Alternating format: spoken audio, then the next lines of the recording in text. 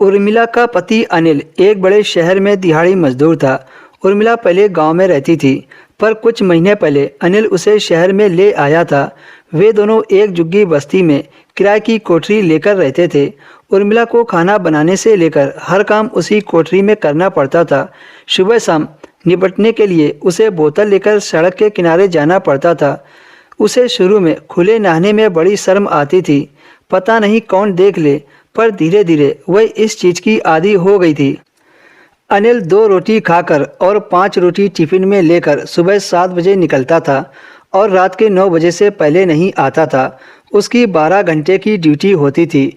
जब अनिल को महीने की तनख्वाह मिलती तो उर्मिला बिना बताए ही समझ जाती थी, क्योंकि उस दिन अनिल दारू पीकर घर आता था।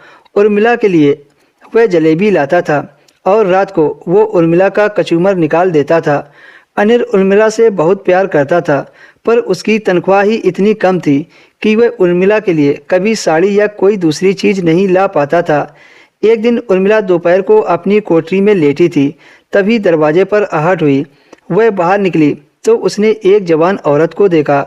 उस औरत ने मुस्कुराकर कहा कि मेरा नाम विपाशा है, मैं बगल की झुग्गी में ही रहती हूँ। तुम जब से आई हो कभी तुम्हें बाहर निकलते नहीं देखा। मर्द तो काम पर चले जाते हैं, बाहर निकलोगी तभी तो जान पहचान बढ़ेगी। अकेले पड़े पड़े तो तुम परेशान हो जाओगी। चलो मेरे कमरे में, वहीं पर चलकर बात करते हैं।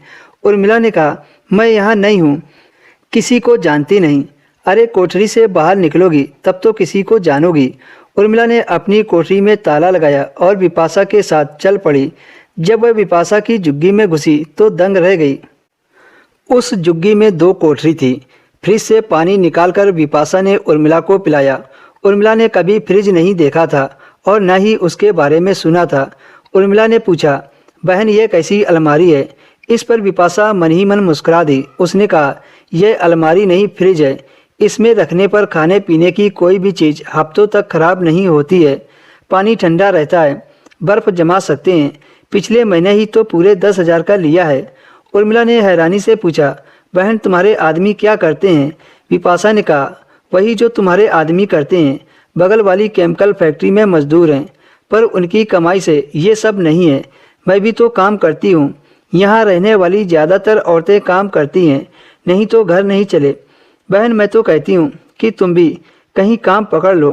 काम करोगी तो मन भी बदला रहेगा और हाथ में 2 पैसे भी आएंगे। पर मुझे क्या काम मिलेगा? मैं तो अनपढ़ हूँ। तो मैं कौन सी पढ़ी लिखी हूँ, बस किसी तरह अपने साइन कर लेती हूँ। यहाँ अनपढ़ों के लिए भी काम की कमी नहीं है। तुम घर के काम तो कर सकती हो, कपड़े तो धो सकती हो, चाय नाश्ता तो बना सकती हो। ऐसे काम कोठियों में खूब मिलते हैं।